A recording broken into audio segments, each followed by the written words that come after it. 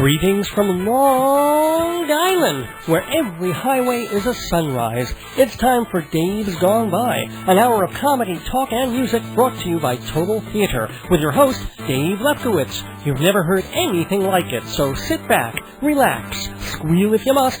Here's the host of Dave's Gone By, Dave! Tropical hot dog night! Like two flamingos in a fruit fight! Well, there goes the Daverhood. Welcome, everybody, on this Sunday night, April 22nd, 2007. This warm and, well, it's not a summery Sunday night, but it's a kind of a springy, almost too warm for comfort Sunday evening, considering all the horrible weather we'd had only a week ago. I mean, it was the middle of that rainstorm, and everything was almost snow and 30 degrees, and here we are a week later, and the big coats are going in the closet, and the shovels are going back into the garages, and everybody's feeling a lot differently. Plus, the Mets are mostly winning, and, A-Rod's tearing it up for the Yankees, and we all survived tragedy, except in Virginia. So, hope it was a good week for you. Had a pretty darn good week, and I'm so excited about tonight's episode of Dave's Gone By. Scheduled to have two, not one, but count them, two special guests on tonight's program. We're going to be talking to Adrian Milton. He is the founder of the Dachshund Friendship Club. Now, let me tell you a little bit about this organization. It's not just about the love of a dachshund kind of a dog, which I must say that my wife and I have, because we more than 5 years ago, wanted a dog. We were thinking about it. We were like, okay, let's what kind of dog? We discussed it. We tried to figure out exactly the right kind of doggy for us. And considering our living situation and our lifestyles, and we want a big, scary dog, although my wife kind of likes shepherds, but that's here nor there. Wanted something that was cute and kind of a lapdoggish, because it's not like we're teenagers with ultra amounts of energy. And although we have a backyard, don't really feel like running, scampering, and throwing frisbees. We're not really that kind of people. So, go to the pet store, and we say to ourselves, and my aunt came with us on that day, Labor Day, in fact it was, 2001. They say, if they have a dachshund, well, that's the one, well, what do you know? We go to the pet store, and it's actually the pet store that is owned and operated by the guy from TV, that Martha Stewart made famous. She put him on television, Mark Marone. And so, we were there. They had two different dachshunds, a male and a female. They were both beautiful. The female had lighter eyes, which I guess is some kind of genetic defect, but it didn't make her any less stunning as a canine. But she was the one who kept getting her head stuck in things and wandered around and seemed a little too rambunctious for what we were looking for. And then there was the other one, who was quieter, just kind of nosed around, and was just so adorable. So we came home that Labor Day with a dog, and let me tell you, aside from the fact that this was so meaningful to me, because I never had a dog before, I was allergic all growing up, and also lived in apartments until I was 12 years old. So being able to have a dog of my own, along with obviously my lovely and terrific wife Joyce, that was a proud and love-filled moment for me. And the very fact, not even realizing it, that we had this little puppy, and a week later it was 9/11. So in 1 or 2 days I took off from work, and I was just sitting at home with my wife, with our new puppy, and raising that definitely put a different spin on what the whole world was going through that week. Things just somehow meant more in a weird kind of way. And anyway, we loved the dog so much that we decided to get another one a year later. Or it wasn't so much we decided, we made it clear that we were kind of interested if they had one coming up for adoption, as opposed to going out and physically buying one like the first time, because we became more savvy with so many dogs that are out there needing adoption, so many dogs that are either at risk of being put to sleep or just sitting there and growing older and never being taken by anyone. Why go to a pet store and buy a dog for X amount of hundreds of dollars when just so many dogs need love and to be brought home and cared for. So what do you know? We say, oh, there's another dachshund, they tell us. We have a couple, or this dog that just has had bad luck trying to find ownership. And it's another dachshund, all right. But, turns out it was nothing like our first one, which is this smooth, lovely, graceful, red-headed, quiet lapdog. Well, except when he barks, he's not so quiet. This thing, when we first saw him, when we went to this house where they had him, and perfectly nice people, but it was a home where they were having daycare, children's daycare, and stuff like that. So you really couldn't have this dog running around among all these kids, plus the door was always open and closing. You wouldn't want it running into traffic. They just couldn't take this lovely 7-month-old dog. But when they said, okay, here's the dachshund coming down, it's coming down the stairs, and I'm looking behind this fur ball for where the dachshund is. And they said, no, that is the fur ball. It's a wire-haired dachshund. It looks nothing like your typical image of what a wiener dog looks like. It looks a lot more like a terrier. It's all, fuzzy and schnauzerish. And I'm thinking, okay, this isn't really what we signed up for, until the dog literally walked across the room, just plopped into my lap and lay there. and that was it. I was like, okay, we'll take it. And the irony of ironies is that's one of the last time he ever did something like that, because the whole rest of the time we discovered that this dog is so unlike the other dachshund, all he wants to do is play ball. Just back and forth with the red ball. Throw the ball, he'll fetch it. Throw the ball, he'll fetch it. And if you throw the ball 100 times, he will want to fetch it 101 times. If you throw the ball 1,012 times, he will want to fetch it 1,013 times. So now we have 2 dogs. We're tempted to get a third for a while, but it's kind of an untenable thing for us to do, unfortunately. There are moments when both of us would love to fill our home with dogs, like 1,001 Dalmatians, except 1,001 Dachshunds. I mean, I had this fantasy of building this 2-level, like I've never put a hammer to a nail in my life, but constructing this bi-level house where there's one floor over the other within a floor just for Dachshunds to walk around and go down steps and around, just to watch Dachshunds all day. Because I don't think there's anything more happy than watching Dachshunds all day.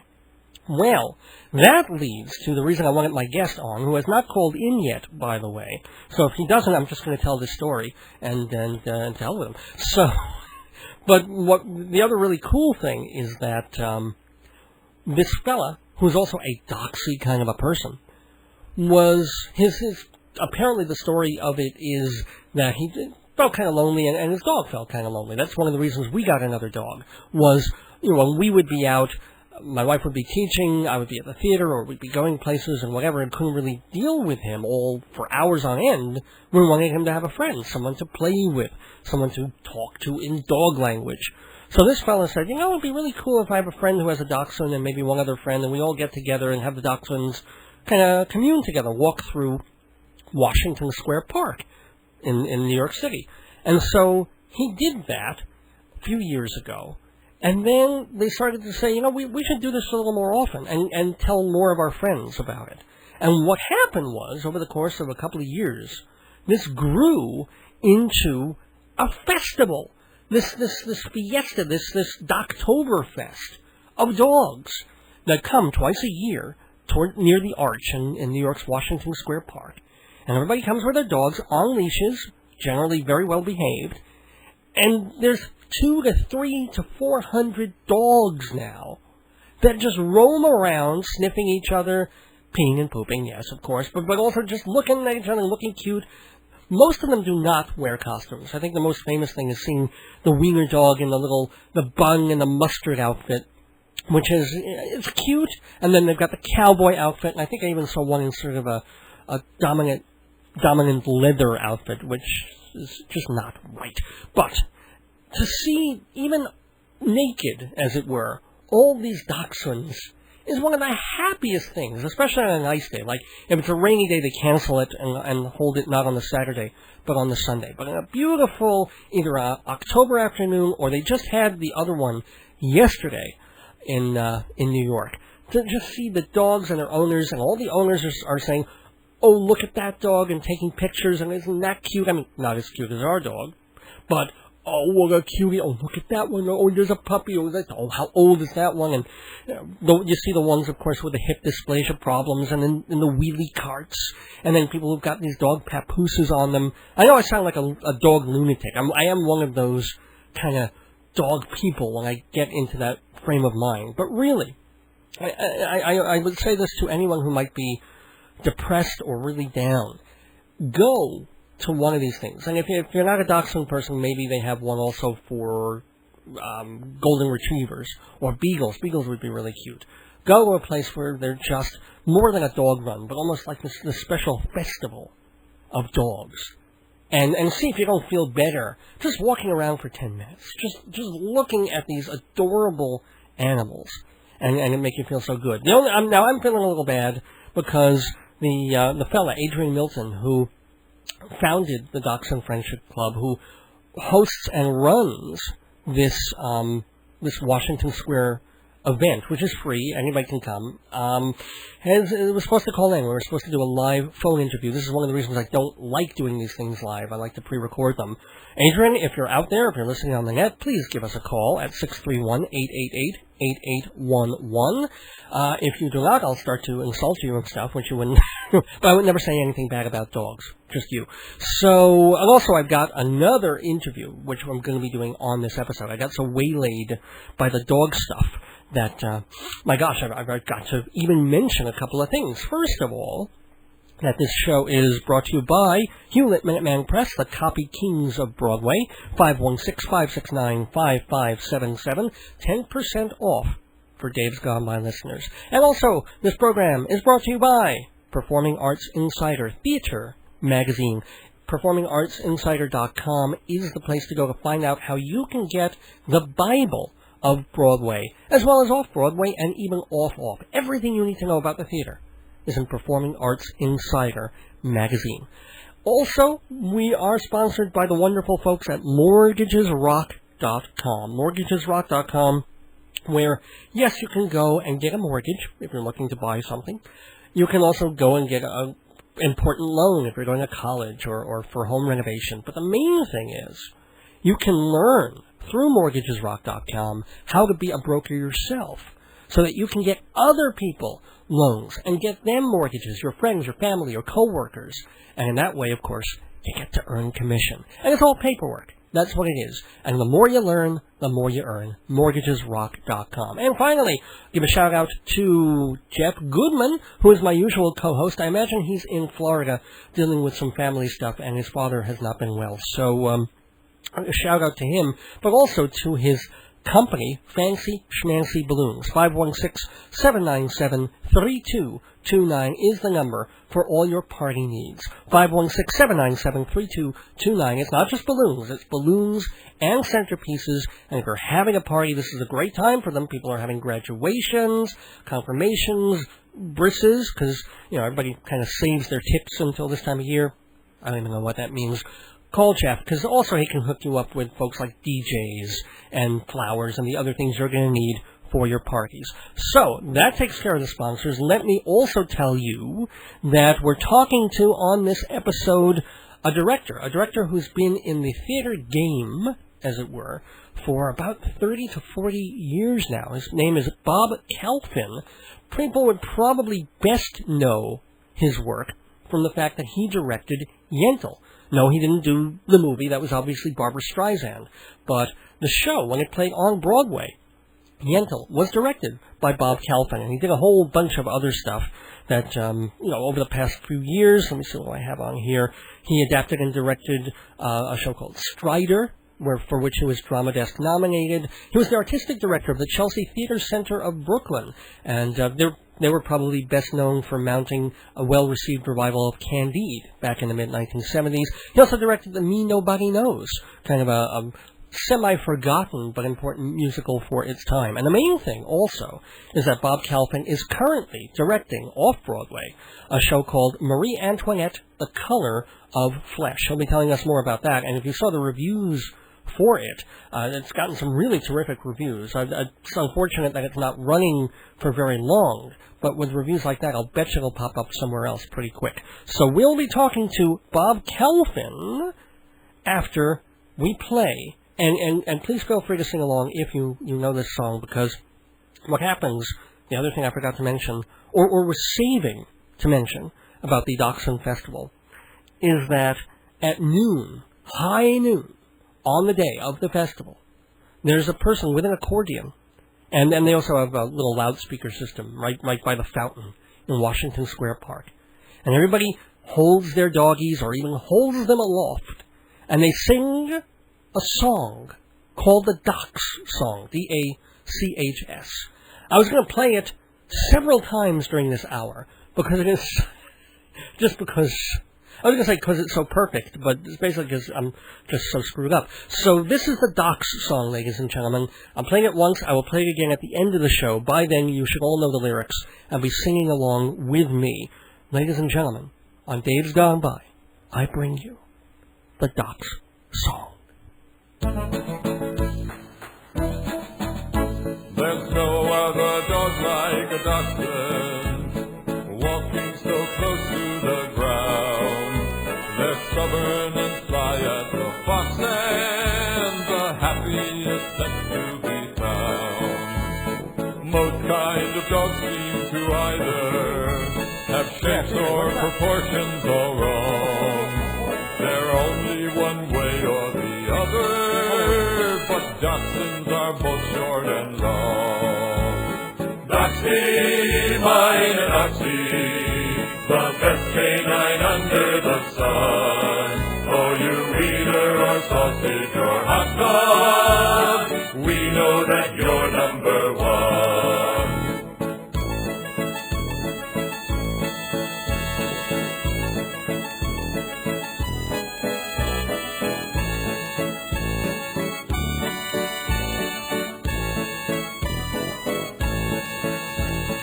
Doxie, mine and Doxie, the best canine under the sun. Call you wiener or sausage or hot dog, we know that you're number one. Doxie, mine and Doxie, the best canine under the sun. Call you wiener or sausage or hot dog, we know that you're number one.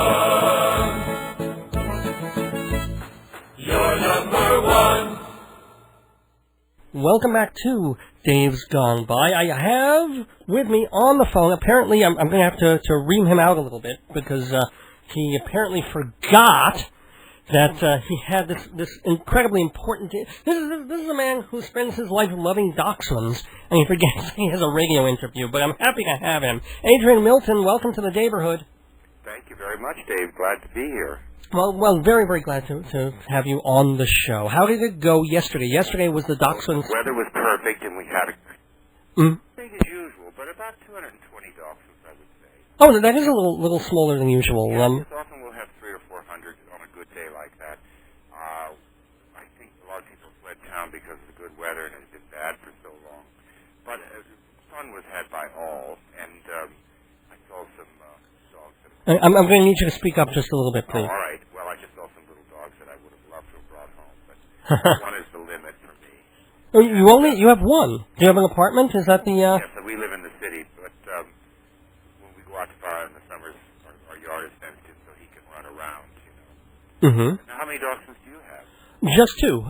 We've got one short, smooth... Oh. If you'd like to make a call, please hang up and try again. No, I don't want to make... help, hang up and then dial your up. There we go. Now let's try that. Oh, okay. Oh, much better. Okay. I don't want to make a call. Yeah. Well, and what are your Dachshunds' names? Our Dachshunds are Murray and Ufti-Guft. Murray is the smooth, short-haired, red-haired dog, and then Ufti-Guft is a salt and pepper, wire-haired. And they're just adorable. Murray's about five, and Ufti's 4.5. Well, one of the, of course, as you know, the main characteristics of Dachshunds is their... I'm going to have to ask you to yell. Okay, one of the main characteristics of Dachshunds, of course, is that they're very affectionate, and they're known for that. They almost want to be treated like little babies.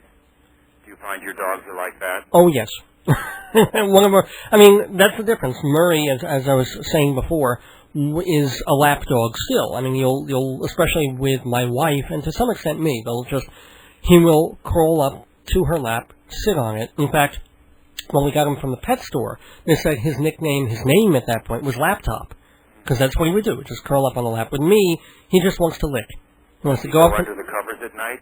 Actually, we keep them in the kitchen. Oh, you do? Yeah, or when we're in the den, they come in the den with us, but they're downstairs dogs, just to ward off allergies, and it's enough that they're only semi-trained. So ours is completely housebroken, and he would howl if we tried to keep him out of bed. Oh. Yeah, and then of course he crawls right under the covers, and he's a very lazy dog because he doesn't get up till about 10:30 or 11 in the morning, and we'll often make the bed with him in it, and then when he comes back up, he gets his energy at night. Like right now, he's sniffing around. Unfortunately, we've had a mouse or two come into the house from the graveyard next door, and that's driving him crazy, and he can't wait to get it. Well, can he do it like a cat, or do you really need a cat to... Well, he has gotten one mouse here in the apartment, and he killed a rat in Florida.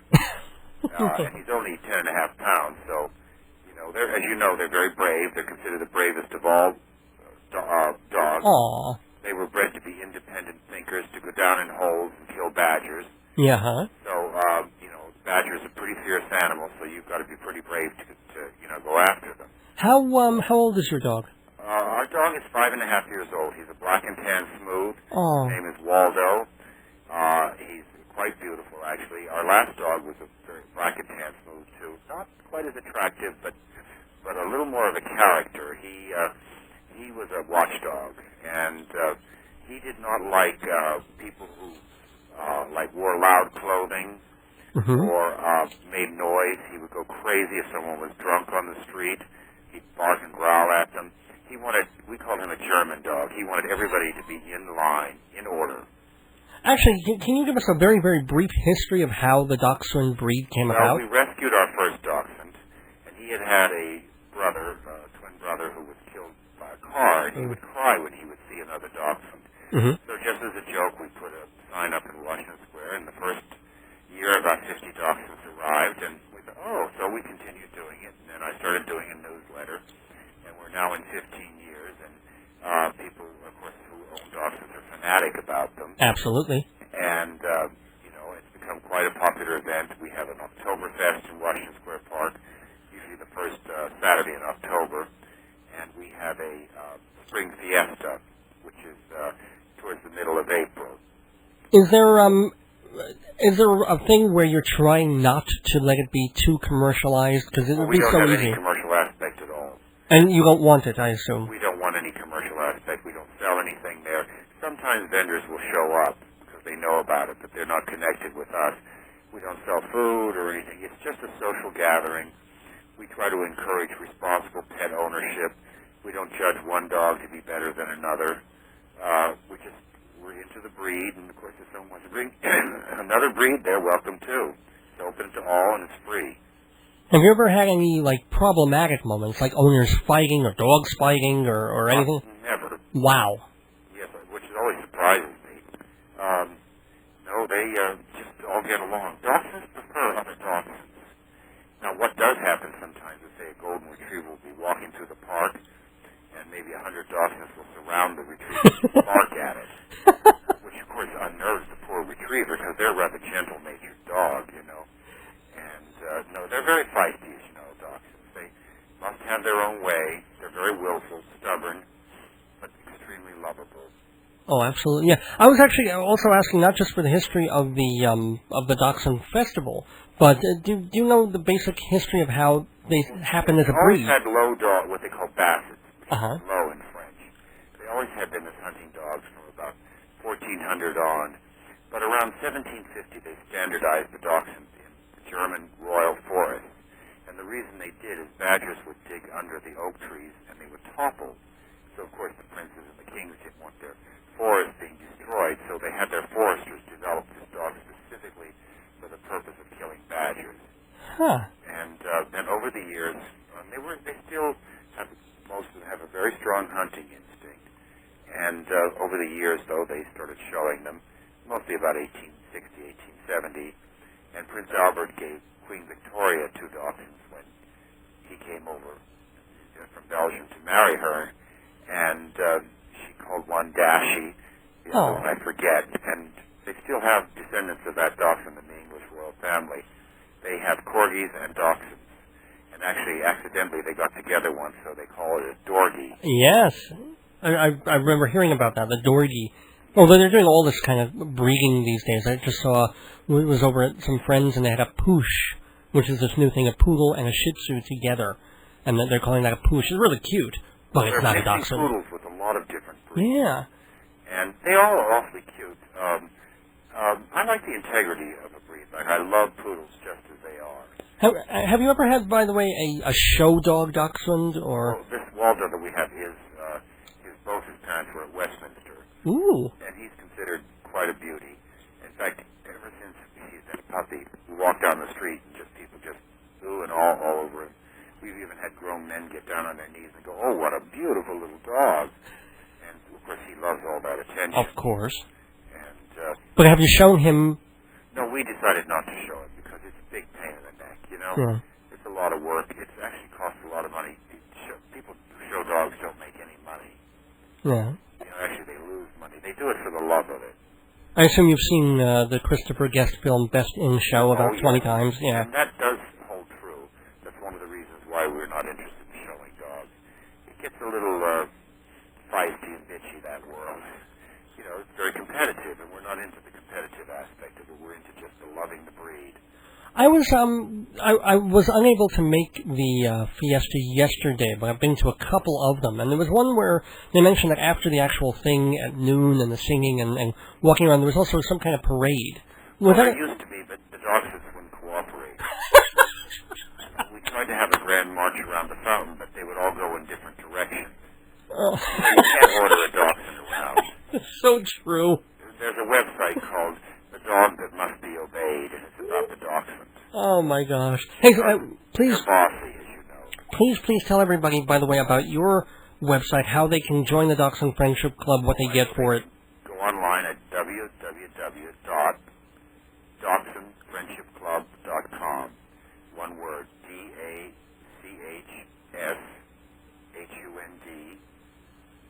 friendshipclub.com. And all the information is there. And what happens is, I think it's $20 a year. Yes, for the newsletter and to get the notices of various events. Right. And please understand that if you own a dachshund or a couple of them, there's no fee to go to the Washington Square Park. You don't have to be a member of the Friendship Club to bring your dog. You don't have to be a member to go to the festivals. It's free and open to all. And which is as it should be. Are there any... Now, do you like it when they have the costumes, or do you just like them the way... Well, you know, I'm not into putting costumes on the dog, but some people are, and it's fun. Occasionally you'll see something very amusing. My dog wouldn't mind it, though. He loves wearing sweaters. I mean, he jumps into his sweaters in the winter. Oh, ours won't even... They'll start eating at the fabric, and that's it. Yeah, well, dachshunds do love to chew fabric. That's blankets particularly. What is the funniest or the most really unique costume that you've seen in the past 15 years of running the dachshund? One lady had a leopard skin leotard on her dachshund, and she had a black leather jacket on it and a black leather cap. The dachshund was dressed as a biker. Her name was Lulu. Lulu. Yes. And any others that really stick out in the memory? One was a ballerina. Oh, I remember that one, yes. Yeah, and then one was a clown. And most of them do like to be dressed up, though. Well, a lot of them do, for some reason. Well, actually, we did once take our last dog to Wigstock, which is a festival in New York City, dressed as Marlene Dietrich. How do you dress it as Marlene Dietrich? Well, we put a little blonde wig on him and a little tiny top hat and a sort of lace skirt. Okay. And Bill Cunningham took his photograph from the New York Times. Cool. Yeah, so that was a fun year. Wow. But they brought a lot of pleasure and a lot of love to our lives. And I almost don't even want to ask this question, but I kind of do. I mean, our dogs are still in that range that yours is. Yours is 5.5. One of ours is close to 6. I mean, you've also gotten over the law. How do you get over the loss of a dog? Well, you know, there's a good book called The Loss of a Pet. after, anyway, just think of the loss of a pet. And, well, you know, you have to honor the pet just the way you would a friend or a human or a relative. Perhaps have a little memorial service, send a notice to your friends. Actually, when we lost our last dog, we got more condolence cards than we did for any of my parents.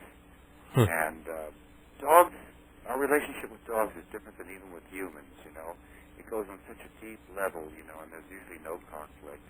So it's all about unconditional love. And so when they go, it is difficult. And luckily, the Dachshund is one of the longest-lived of all breeds.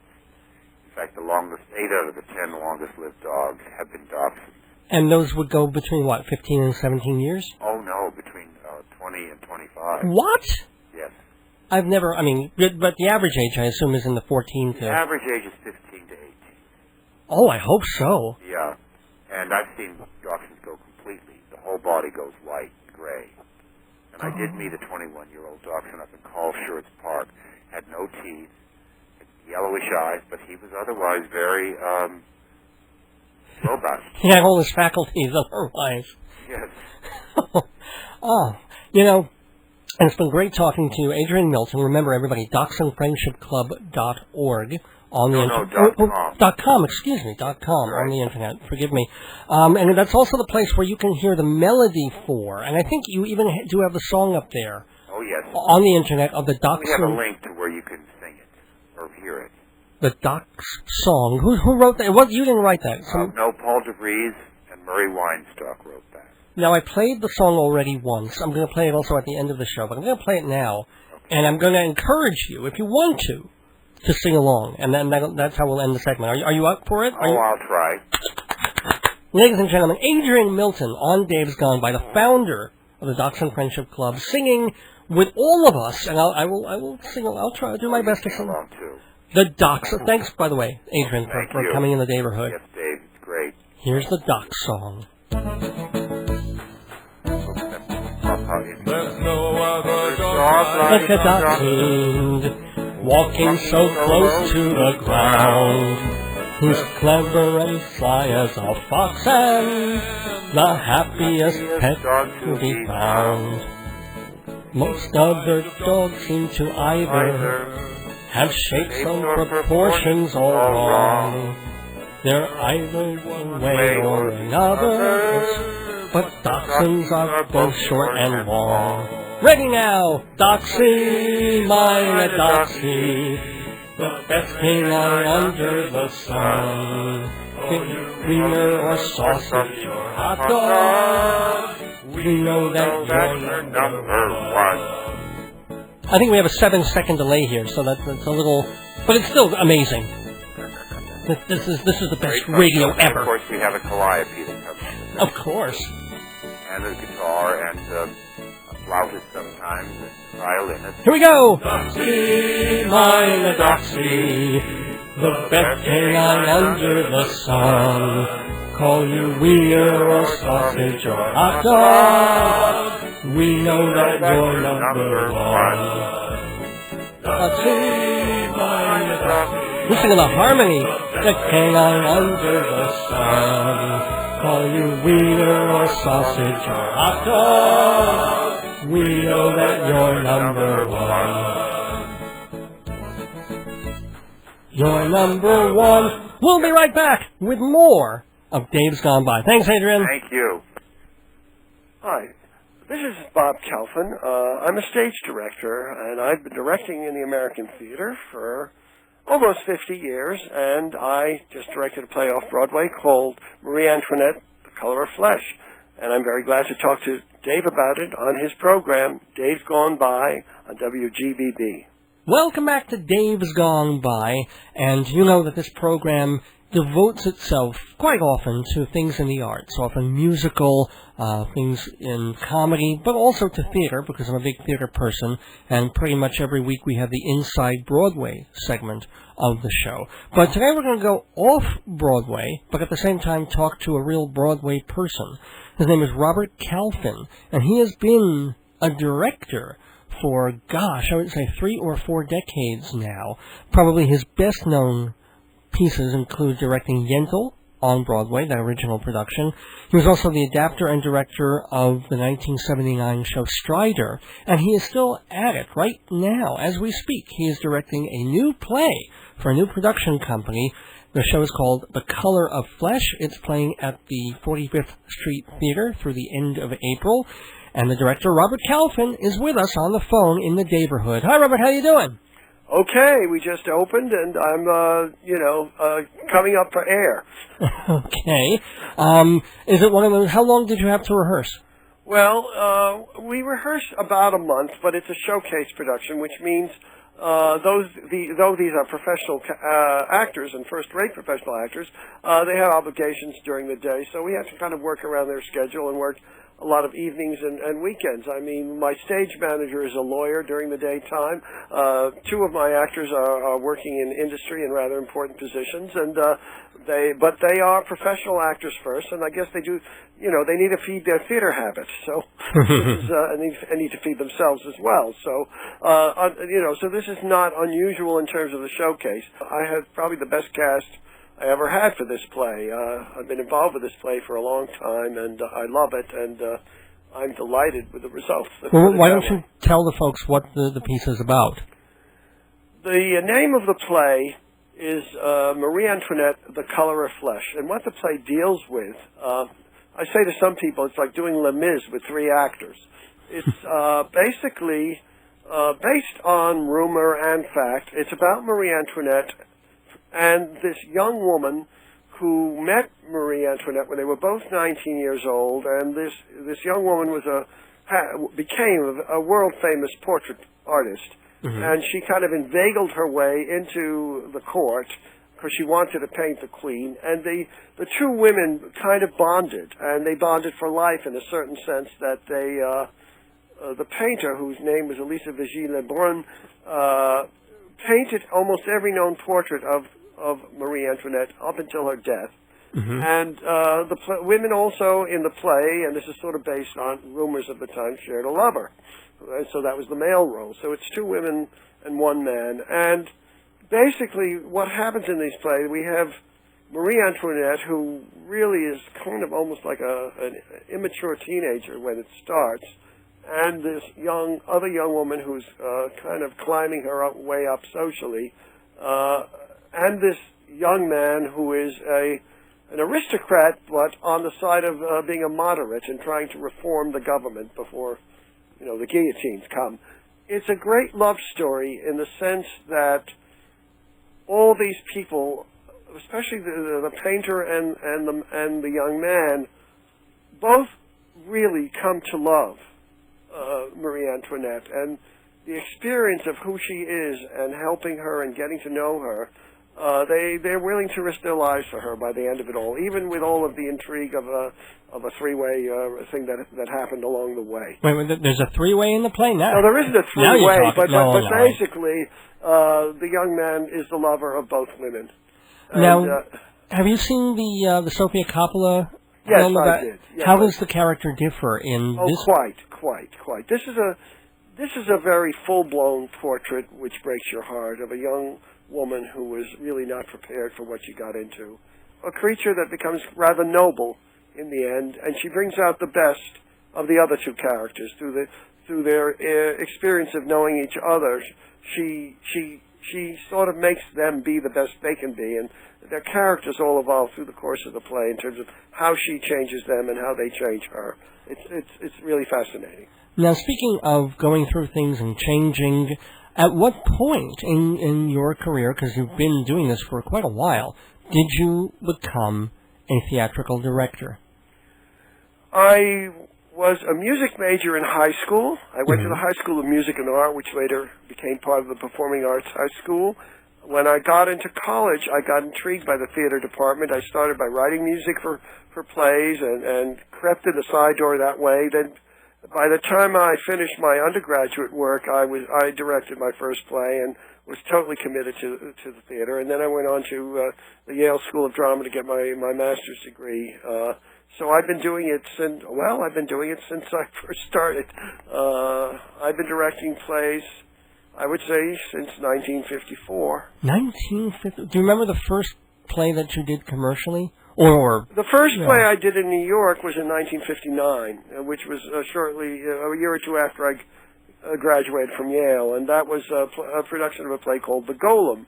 And the reason I did The Golem, which was famous as a Yiddish classic and also as a film, was because it was ban the bomb time, and the central issue of that story had something to do with creating this superhuman force and unleashing it against your enemies. So it was very apropos, and we commissioned an English language version of that play, and that was my first play in New York. Would it be unfair to say that maybe over the years you kind of, I won't say got typecast as a director, but you either gravitated towards or were pushed towards shows with Jewish themes? I would rather say it's just part of my repertoire. For many years, people thought I was an African-American director because I produced a lot of plays by black American writers. And one of my Broadway shows is a gospel musical about Mahalia Jackson. So I don't like being typecast. I do like doing everything. Yes, because I am of Jewish background and was exposed to Jewish culture and I'm interested in that literature. I would occasionally get involved with productions which deal with that subject matter, but the whole range of theater interests me, and so it's just one part of what I do. You know, I get just as much pleasure from directing Shakespeare or directing Kleist or directing Brecht. In fact, that's the next thing I'm going to be doing is a Brecht play. So I'm very excited. Well, this is going to be with students. I've had the opportunity to direct a play in the huge, beautiful new Skirball Theater Center, Performing Arts Center for NYU with their graduating students, and I'm kind of very excited about that. Well, that's cool. And you had mentioned also that there were plays that you were producing. You might as well tell folks that you founded the Chelsea Theater Center. So how did that come about, and what's been happening to that? I don't think that still exists, does it? No, what happened is that I started that theater in the late 60s. It became the resident theater company at BAM for 9 years, and then we built the West Side Theater on 43rd Street and started playing in both places, both at BAM and in New York City. And I ran that theater for 17 years. And what that theater was about was doing what nobody else was doing, basically. That was the mandate. What's not being done and what should we look into? So it was a very wide range of material, you know, and you know, one of the famous productions of that time was me inviting Hal Prince to take another look at Candide and creating a new book for that musical, which had languished for many years. It was beloved in terms of its score and its recording, but there was the book didn't quite work by Lillian Hellman, and Hal finally agreed to do it, and we produced it at my theater, and then that transferred to Broadway. It was one of many such things. I kept the theater going as long as I could, and got tired, frankly, of raising money, because no matter what accolades we received, or what awards received, Tony Awards, Obie Awards, you can name them, you still had to start every year all over again with a tin cup and saying, well, we'd like to do it some more. And so I decided to take a rest from fundraising, and I became artistic director of 2 other theaters after that, but basically I wasn't as having to be as involved with the money raising part of it, you know. And so the theater, as I say, existed over 17 years, and then the times had also changed, because we rode the crest of a kind of funding wave that was happening with foundation support from Rockefeller Foundation, from Ford Foundation, from the National Endowment for the Arts, from the New York State Council on the Arts, and that money, as you know, has kind of dried up. So, you know, we were able to do it for a while the going was good. And then I guess most people would say that, not to say that your heyday, but that your most your strongest presence in New York theater was in the 70s. I mean, there was the Me Nobody Knows, and Candide, then Yentl, of course, and you were even nominated for a Drama Desk Award for Strider. Yeah. But then was it a conscious decision to move away from Broadway in the 80s, 90s, and now the aughts? No, the Broadway thing was never what we were about, because I felt that once that happened, the expectation of having to continue to do that thing which would have commercial life would start to constrict what we did. And the interesting thing, of course, is always if you do something that's really fresh and different and maybe risky, that's the thing that might end up having a commercial life. But so I realized that there was a trap there. As soon as we did Candide, I said, we'd better do some obscure German play that everybody's going to walk out of. Otherwise, we're going to be, we're going to have to keep doing this. People are going to think we keep doing this. I mean, there were plenty more Broadway shows after Candide and after Yentl, but that wasn't what we were about. If they happened for the right reason, because they were of interest to audiences and they had something fresh to say, and they were theatrically valid things which needed a wider audience, which was the best reason for it to happen. Hi, this is Bob Kalfin. I'm the director of a play called Marie Antoinette, The Color of Flesh, which is playing off-Broadway at the 45th Street Theater. And I'm very glad to be able to tell you about it on Dave's Gone By on WGBB. What are your thoughts on where theater is at currently? I don't know if you saw that piece recently in Time Out New York about the 20 worst secrets of Broadway currently, and also it's about off-Broadway and off-off. What are your thoughts about how the whole theater community, commercial and non-commercial and regional, and how that has changed in the past, say, decade or two? It has gotten much, much more difficult. And it's different in the sense that in, the glorious days of the Broadway theater and the commercial theater, the producers were theater people. They're less and less so people who are of the theater. There are several, but even and off-Broadway as well. So when people come from the corporate world, they're not exactly known for being risk takers, let's say. Some may be, but it's a little tougher. I mean, when a board member of a nonprofit theater says, well, why would you want to do that play if you don't think it's going to make any money, they're asking the wrong question. And that goes back to the whole problem of theater and the entertainment industry being a bit confused in our culture, in the sense, that it's... Well, do you think theater should be subsidized? Well, I think if it's going to be there for the purpose that it's supposed to be there, which is not about getting butts and seats, but about a kind of theatrical experience, a communal experience, which is special and insightful and maybe daring, I think that's the only way that can happen. As I say, the risk-taking, it's when you take the risk that curiously that the popular and exciting thing might happen. But if it's fear-ridden because of, who's going to be interested in this, and you start dumbing down because you're afraid it's not going to sell, well, you're in trouble. You know what I'm saying? It begins to limit choices. The European tradition, at least it used to be, was one that the theater was considered the same as the opera or the concert hall or the ballet or the library. And so it wasn't about profit. It was about what theater provided. They didn't expect the opera company to make money or the ballet company. That's a difference in terms of our culture. The entertainment industry has different goals. Okay?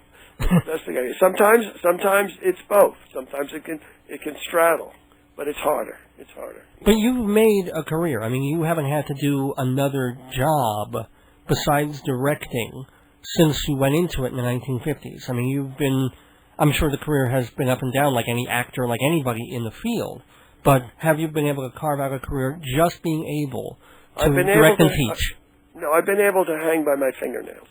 Okay, that's what I do, and I've been lucky so far. It's never been luxurious. It's always been, well, as long as I can pay my rent and eat, that's enough for me. It's never been about anything else except about the ability to go to work, and to do the work. So, yes, of course there are lean times, but you try and get through. That's it, We're talking with Robert Kalfin on Dave's Gone By. He's a noted director on and off Broadway, and he's currently directing Marie Antoinette, The Color of Flesh at the 45th Street Theater in Manhattan. By the way, did you mention that April 22nd is a special day for you? Well, I always feel I'm lucky when my birthday happens when I'm working, and so I hope it's a good sign. Yeah. That is my birthday, yes. Oh, congratulations. May we ask how old you are? I will be 74. Mit Mazel? But I'm going on 11, basically. You're like my dad. He adds up the numbers for the birthday, so when he's turned 63, he's actually 9. Right. Well, I think I have to stay 9 or 11 to do the work that I do. You see, that's part of it.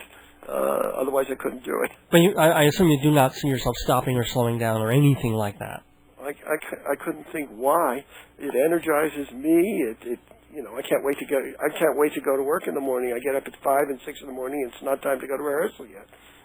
That's the way it is. That's great. Now, Now, it doesn't have to be bad stories, but it can be good stories, but it can be both. But I'd love to know, since you've worked with so many people over the years, some of your thoughts and impressions on the folks that you've worked with. For example, Meryl Streep. Meryl Streep was a miracle.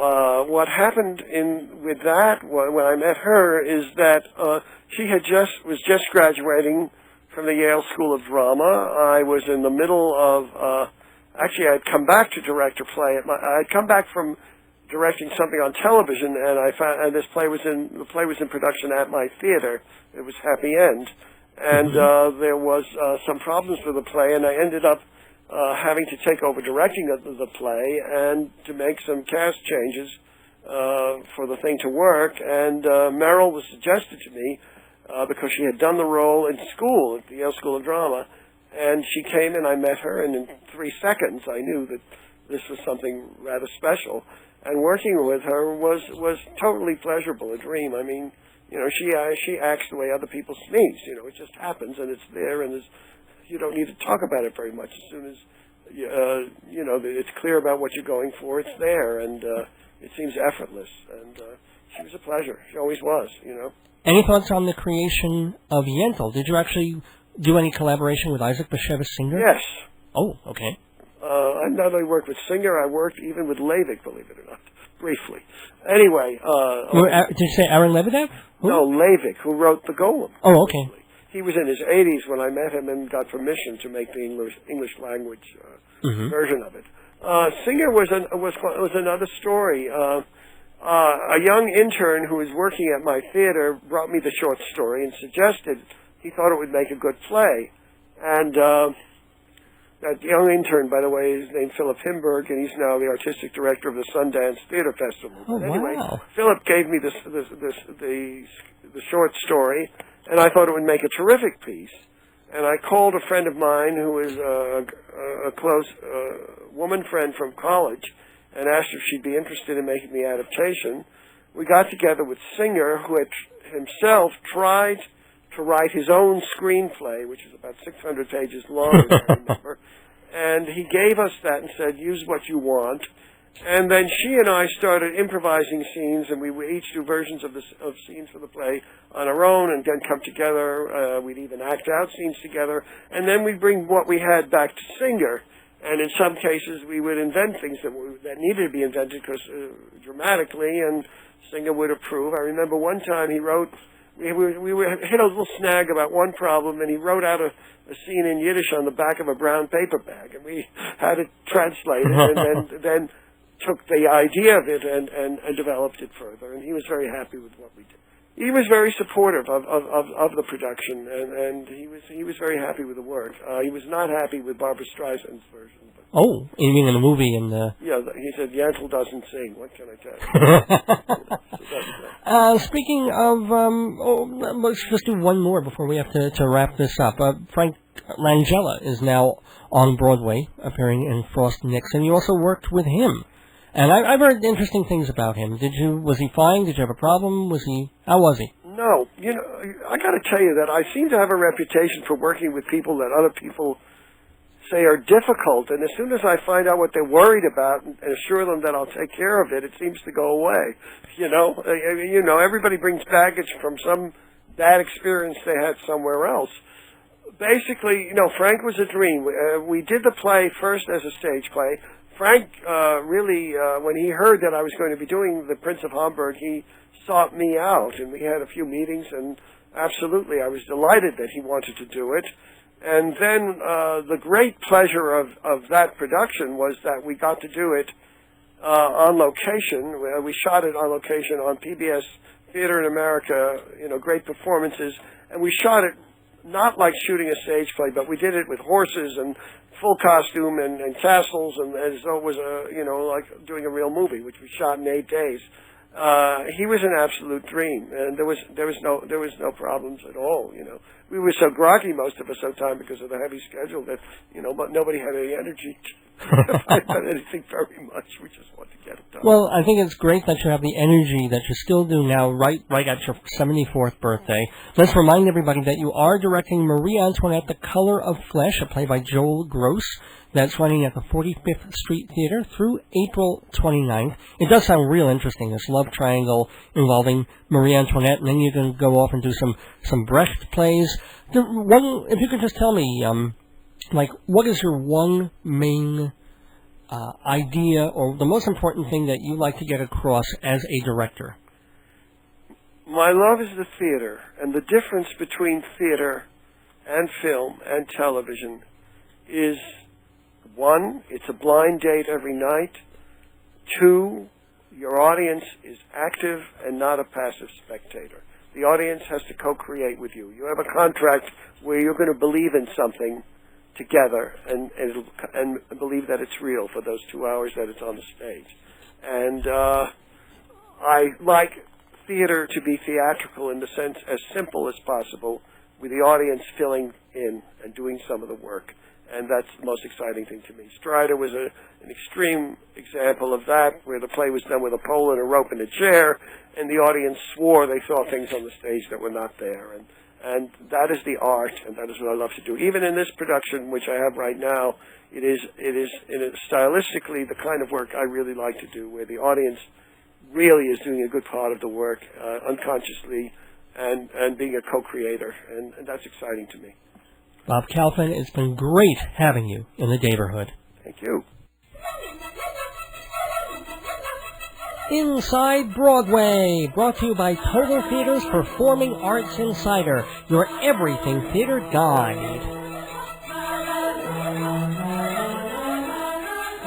Yes, getting busy in theater these days. We're coming down to the wire of this year's theater season on and off Broadway, so that's what Inside Broadway is for, to let you know what's going on the stages of New York on only this radio program, Dave's Gone By, on WGBB Freeport. Well, first of all, first prizes are out of the gate.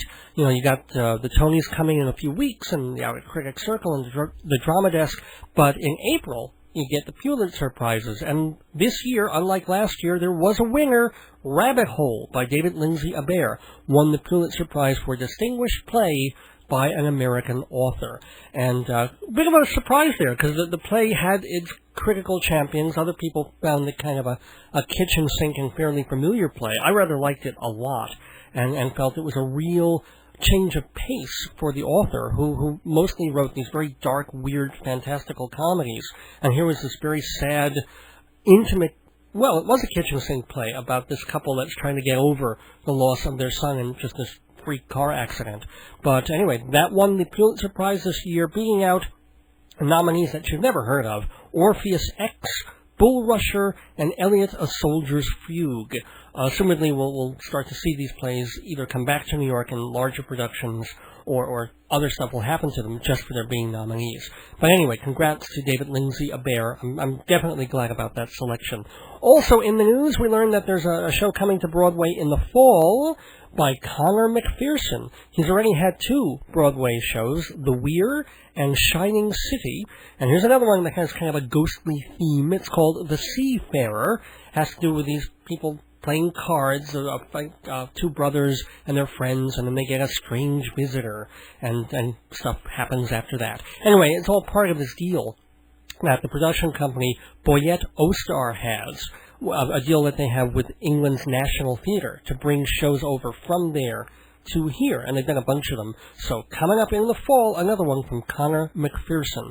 Also, okay, some sad news, some going away things. Today, this afternoon, the matinee was the very last performance of The Producers, the Mel Brooks, Thomas Meehan juggernaut musical that everybody thought, in words of the play, Hitler would run forever. Well, Everybody thought the producers would run forever. It was the biggest thing since sliced bread when it opened a few years ago. But now, once Matthew Broderick and Nathan Lane left the show, never quite had that impetus, that incredible, like, I've got to see it thing that it had for a while. But boy, producers racked up 2,502 performances before closing this afternoon, and in its worldwide productions, it's already grossed over $1 billion. And so at the matinee, Mel Brooks and Susan Stroman came on after the show, took a bow, and they certainly deserve it. What's going to happen in that theater? Well, sort of looks like Mel Brooks' next show, Young Frankenstein, is going to be coming in there within the year, although there's still some talk that it might go into one other theater. And one other news item in Inside Broadway, before we get to some reviews, Kitty Carlisle Hart died this week at the age of 96. She died on Tuesday. She was born Catherine Cohn, C-O-N-N, in New Orleans. And, of course, she changed the name Cohn to Carlisle. It wasn't even a Jewish spelling, but they figured, they wanted to get her married to the right guy and the right kind of... She wasn't blonde, but it's the Legally Blonde story. They really wanted her to marry well and be the part of the highest of the high society. And she kind of managed that, and she just took a very long way around it. She was raised a lot in Europe and Paris, and she started doing operettas because she could sing. And for most of us, I guess she's best known because she was the singer, the ingenue, in the Marx Brothers film A Night at the Opera. She also had some rather interesting boyfriends. She dated George Gershwin for a while, whom she said was lovely but an egomaniac. And she ended up marrying playwright and director Moss Hart. He was the Hart of Kaufman and Hart, and he also was the fellow who directed My Fair Lady. And they had a really great marriage, even though he was tremendously neurotic and difficult. But at their best, they lived the real kind of New York high life of that era. And people also know Kitty Carlisle Hart. Forgot to mention that she was a panelist for years on TV's To Tell the Truth. Probably that's what most folks know her best for. What they ought to know Kitty Carlisle best for was the fact that with no pay, she served for 20 years on the New York State Council on the Arts. And she was chairman for a bunch of years as well. And she, even though she was this very high-toned, perfectly coiffed lady, she defended the controversial stuff, the stuff they were trying to pull funding for. She defended people like Robert Mapplethorpe and theater and art that people were going, ooh, you can't do this. You can't give government money to these things. So God bless her for that. And God bless her for the fact that in her mid-90s, she was still doing her one-woman show, this kind of cabaret act of her life and songs. And her last appearance was as recently in November of 2006 in Atlanta. And she was going to do more appearances, but then she fell ill and couldn't do any more. But we do have a bit more to do on Inside Broadway on this little Dave's Gone By Gone overtime time. Just going to remind you that if you go to performingartsinsider.com, you will find everything you need to know about getting Performing Arts Insider Theater Magazine, the Bible of Broadway. And speaking of Broadway, I saw 2 Broadway shows the past week, and I want to tell you about them. Kind of wish my usual co-host, Jeff Goodman, were here to banter about them, but as I mentioned at the top of the show, he's been dealing with some stuff with family illness. Wish him, obviously, the best, and hope that he'll be back with us soon. Anyway, I did see The Pirate Queen. Now, this is a big, big blockbuster new musical by the same folks who did Les Mis and Miss Saigon. Alain Boublil and Claude Michel Schoenberg, as translated by Richard Maltby Jr. and a couple of other people. And it's really based on a very cool true story about this Irish woman in like the 1500s who is on this sailing ship with her father, who's a respected pirate. I guess that's not an oxymoron in those kinds of things. And she just proves herself to be worthy of captaining the ship. And this is not about the yo-ho-ho and taking plunder and that kind of pirate stuff, or even the really silly fun stuff of Pirates of the Caribbean. This is when Ireland and England were already sort of on the outs. England was trying to get a toehold or foothold on everything it owned, including Ireland, and was trying to put its foot down. And meanwhile, Ireland was very, very clannish back then. So you have these warring clans within Ireland that are trying to get together to fight the incursion of England. So she becomes part of all that, and there's this whole story. It really is mostly about this, I wouldn't say a love triangle, but there's this guy on the ship that she really loves, but she ends up having to marry this other fella from a different Irish clan so that that feud can stop, because, marriages would be political in that way back then. Unfortunately, the man that she marries is this drunken, sexist jerk who ends up even being treacherous and terrible and stuff, which I wish they didn't do. I think it would have been a more interesting play if it was more of a Martin Gare thing, where she marries this man she really doesn't want to marry. It's only a marriage of political convenience, and he has his problems, but they turn out to care for each other, but she still cares for the other guy, and blah, blah, blah. And it's a pretty good story there somewhere, but the thing is so overblown. And if you've seen Les Mis, and I saw it recently again because they just revived it, and if you've seen Miss Saigon, you're going to be so familiar with the music and the kind of bombastic singing.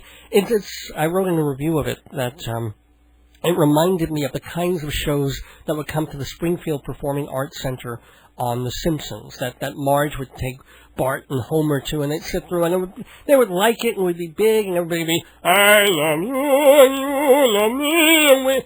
Well, that's a little more operetta-like, but if you can translate that to these big, boisterous, booming ballads, and there's just something missing in it for me. And it's also, again, one of those opera-type things where everything is sung, rather than some speech here, some dialogue, some comedy there, and then a song. And that, to me, that just gets tiring after a while. And a lot of the critics agree with me that while there's certainly some interest to be had in The Pirate Queen, I cannot really recommend it. I will recommend, with some qualifications, the revival of Inherit the Wind. That's playing at Broadway's Lyceum Theater. The cast, Christopher Plummer and Brian Dennehy. That is all you need to know. Christopher Plummer, Brian Dennehy. Dennehy, his last major performance on Broadway was a few years ago, doing A Death of a Salesman that I will never forget. That was his show. Now, Inherit the Wind, even though he has a big part in it and is really good, this is Christopher Plummer's show. There's something about the twinkle in his eye when he plays the Clarence Darrow type character called Drummond, where he's defending this teacher accused of teaching evolution and may face jail time and a fine for doing so. The way that Christopher Plummer plays the crowd. He has his big moments, his angry moments, but mostly it's just his going about the business of defending the guy, saying just the right things in just the right way, and then landing. I'm telling you, I was thinking, when I saw this, I have never thought of Christopher Plummer as being a comic actor or being right for that kind of thing. But after seeing this, I want to see him in a farce. And, of course, also kudos to Brian Dennehy. And again, if you go to see them, you will not be disappointed. My only real concern with the play is a smaller role played by Dennis O'Hare, who is an eccentric actor in the best of times. And the best of times included wonderful work in that baseball play Take Me Out, and he was also very, very fine in the revival of Cabaret a bunch of years ago now. But here, he is such a bundle of tics and shtick and vaudevillian kind of turns. He's not even a real person. We're watching him up there going, Dennis, what the hell are you doing? Just say the lines. You're a newspaper reporter. Okay, you're supposed to be kind of cynical and all that, but just do what you're supposed to do. Don't make it into this whole weird personal act that is totally out of the style of the play and really is very, very distracting and unfortunate. And one wonders why the director did not kind of rein him in. But as far as the play itself, it still goes like gangbusters. And here's the most surprising thing. They bring it in under 2 hours. You know, I was surprised that they brought in A Moon for the Misbegotten a couple of weeks ago under 3 hours, because that thing could go almost to 3.5. But that's just because Kevin Spacey was rushing everything and running around like a lunatic. Here, it doesn't feel rushed at all, and the play's just shorter than we thought it was. And it moves, and it goes, and with those two actors in it, you really ought to see it. Inside Broadway. We've just been inside Broadway, thanks to TotalTheater.com and Performing Arts Insider. Hi, this is Bob Kalfin. I've been a director, a producer, and artistic director in the American theater for nearly 50 years. And I'm very glad to be interviewed on Days Gone By on WGBB. Well, it was very, very glad of us to interview you, Bob Kalfin. Thank you so much for being a terrific guest on Dave's Gone By. And folks, you have until April 29th, that's one more week, to see Marie Antoinette, The Color of Flesh. It's playing at the 45th Street Theater, which, by sheer coincidence, is on 45th Street. And if you've seen the reviews, I'll bet your tickets are actually on the weekends are kind of hard to get. So try and get them during the weekdays at the 45th Street Theater for Marie Antoinette, The Color of Flesh. Special thanks to Bob Kalfin and to press person Scotty Rhodes for setting up that interview. And thank you also, it almost didn't happen.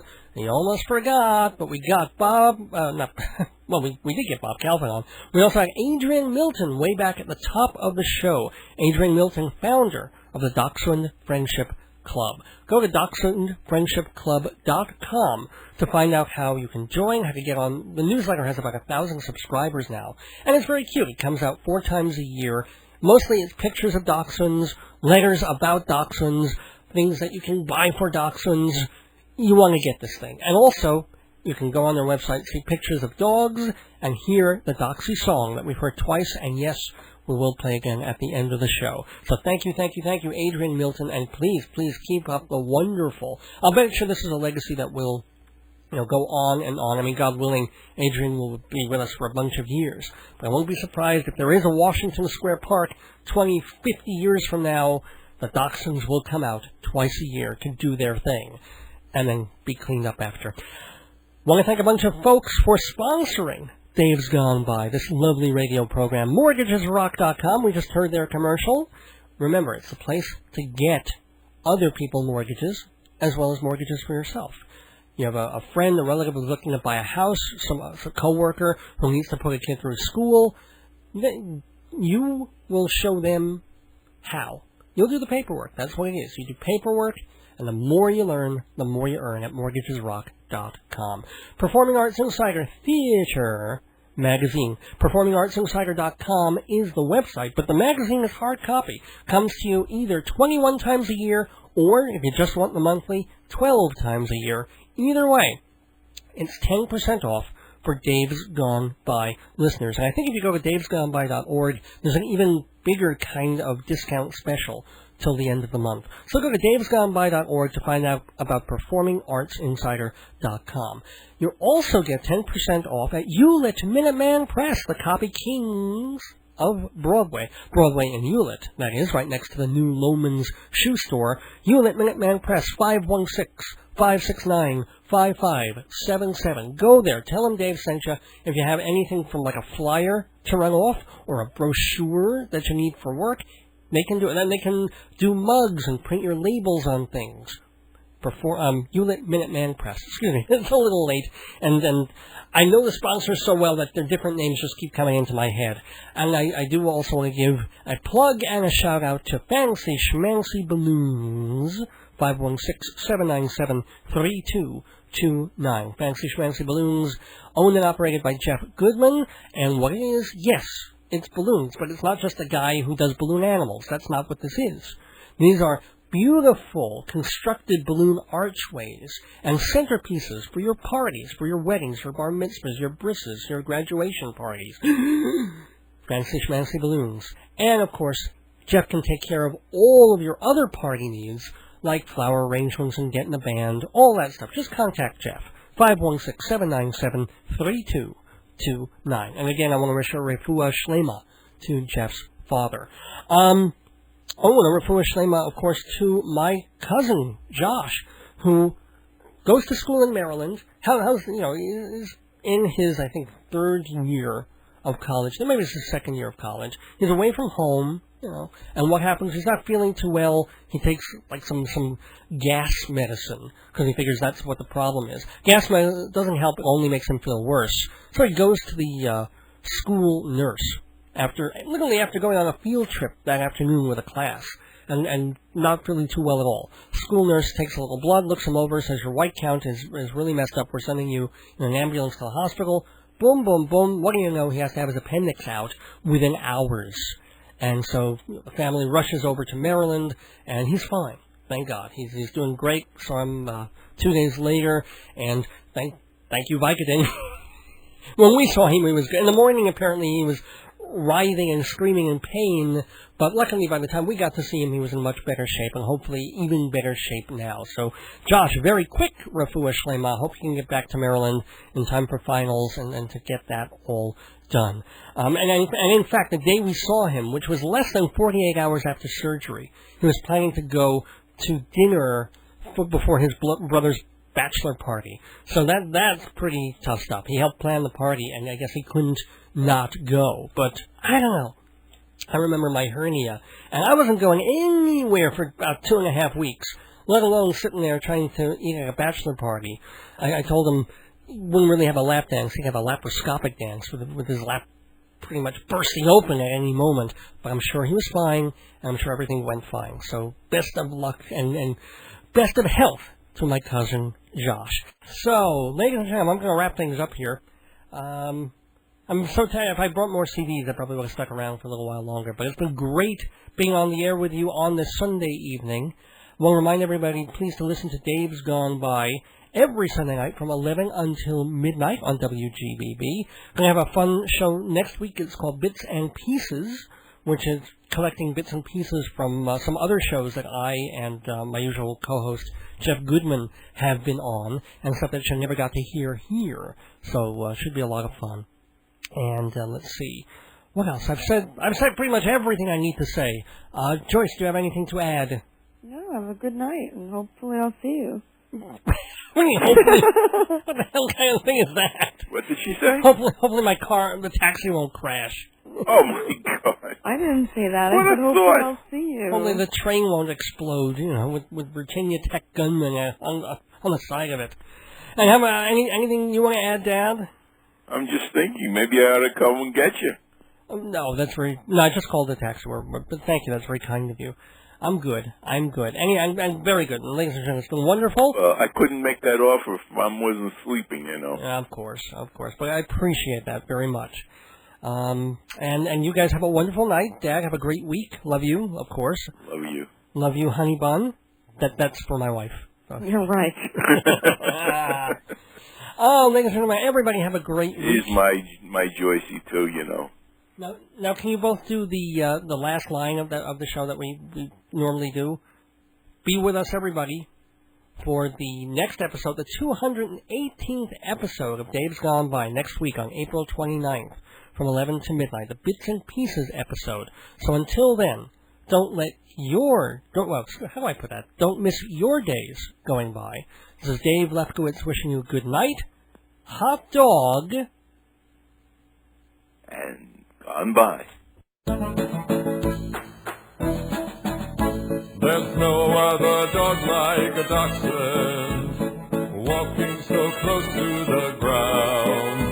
They're stubborn and sly as the fox, and the happiest pets to be found. Most kind of dogs seem to either have shapes or proportions all wrong. They're only one way or the other, but dachshunds are both short and long. Doxie, meine Doxie, the best canine under the sun. Oh, you wiener or sausage or hot dog, we know that you're number one.